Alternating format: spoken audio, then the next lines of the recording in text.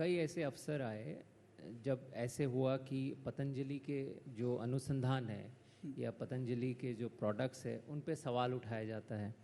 और अभी योगा गुरु भरत ठाकुर जी और आप बात कर रहे थे, विश्व स्तर में जब स्वीकृति देने की बात आते हैं, योगा के ही हो आयुर्वेदा के ही हो, तो कई चीज़ों में भारत के पास वो स्वीकृति नहीं है या देने की जो क्षमता है वो नहीं है। हालांकि आयुर्वेदा हो या योगा हो भारत से ही सृष्टि हुए है। तो ये बदलाव कब आएंगे? और ये जो बीच बीच में मीडिया में आते रहते हैं, पतंजलि की नहीं और भी बहुत सारे आयुर्वेदिक प्रोडक्ट्स के जो स्वीकृति को लेके या उनके गुणवत्ता को लेके सवाल उठाए जाते हैं, इस समस्या का कब समाधान होंगे?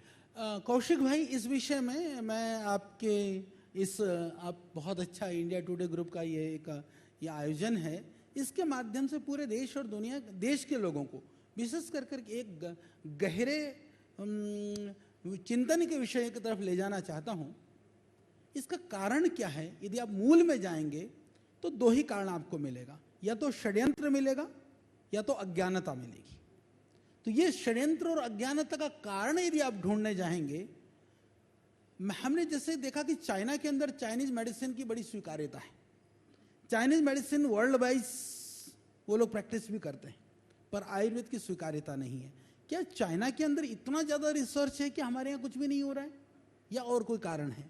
तो आपको यह मिलेगा, जो हमारा रिसर्च है वो ये कहता है कि 1972 से पहले चाइना के अंदर भी जो उनके जो ट्रेडिशनल मेडिसिन सिस्टम था उसकी कोई इतनी वैल्यू नहीं थी। एलोपैथिक सिस्टम पैरेलल चलता था, उनका ट्रेडिशनल हीलिंग सिस्टम पैरेलल अलग अलग चलता था। तो उसके बाद में गवर्नमेंट की यह पॉलिसी बनी कि जैसे मैं एग्जांपल दूं कि लॉ करने के लिए जब आप लॉयर बनना हो, वकील बनने के लिए जब आप पढ़ाई के लिए जाते हैं तो 2-3 साल कॉमन सब्जेक्ट्स पढ़ने पड़ते हैं। उसके बाद फिर जो 1-2-3 वर्ष का उनको किसी उसका आपको स्पेशलाइजेशन के लिए एक सब्जेक्ट की ओर जाते हैं। पर मेडिसिन में ऐसा क्यों नहीं हो सकता कि जब बेसिक पढ़ाई तो वही है, एनाटॉमी फिजियोलॉजी और बाकी चीज़ें तो वही हैं, तो जड़ी बूटियाँ पेड़ पौधे वनस्पतियाँ और जो पूरी बायोकेमिस्ट्री तो वही है, तो उसको बेसिक रूप में एक पढ़ा करके बाकी जिसको आयुर्वेद में जाना हो, एलोपैथिक में जाना हो, जिस भी स्पेशलाइजेशन के लिए आपको एक्सपर्टाइजेशन और स्पेशलाइजेशन आप चाहते हो, आप उसके एक्सपर्ट बने। ये विधा चाइना के अंदर है। और इसीलिए मैं आपको बताना चाहता हूँ, मैं चाइना के कुछ शहरों में गया, हमने वहाँ जो मेडिकल कॉलेज को विजिट किया, तो वहाँ पर भारत के भी हमारे बहुत बच्चे हैं, गए तो हैं वहाँ पर MBBS करने के लिए, पर वो लोग चाइनीज मेडिसिन पढ़ रहे हैं क्योंकि उन पढ़ना कंपलसरी है, कोई विकल्प नहीं है। तो क्या हमारे यहाँ बेसिक आयुर्वेद सब मॉडर्न जो मेडिसिन सिस्टम वालों को नहीं पढ़ाया जा सकता है? यदि ऐसा पढ़ाया जाएगा तो जो मॉडर्न मेडिसिन सिस्टम के अंदर जो एक भ्रांत अवधारणा है, जो उनकी अज्ञानता है, वह दूर हो जाएगी। तो यह करना बहुत जरूरी है, क्योंकि सर्वविध स्वीकार्यता यह सबसे पहली आवश्यकता है। और उसके बाद दूसरी चीज है आग्रह।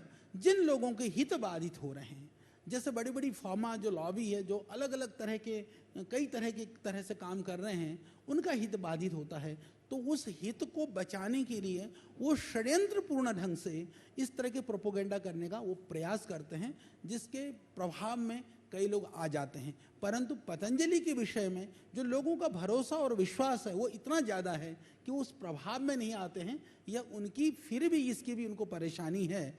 तो ये सरकार के स्तर पर यदि इस तरह की नीतियाँ और पॉलिसी बने, ये बहुत ज़रूरी है, पहली चीज़। दूसरी बात, जो रिसर्च की बात आपने कही, यह बात भी सत्य है।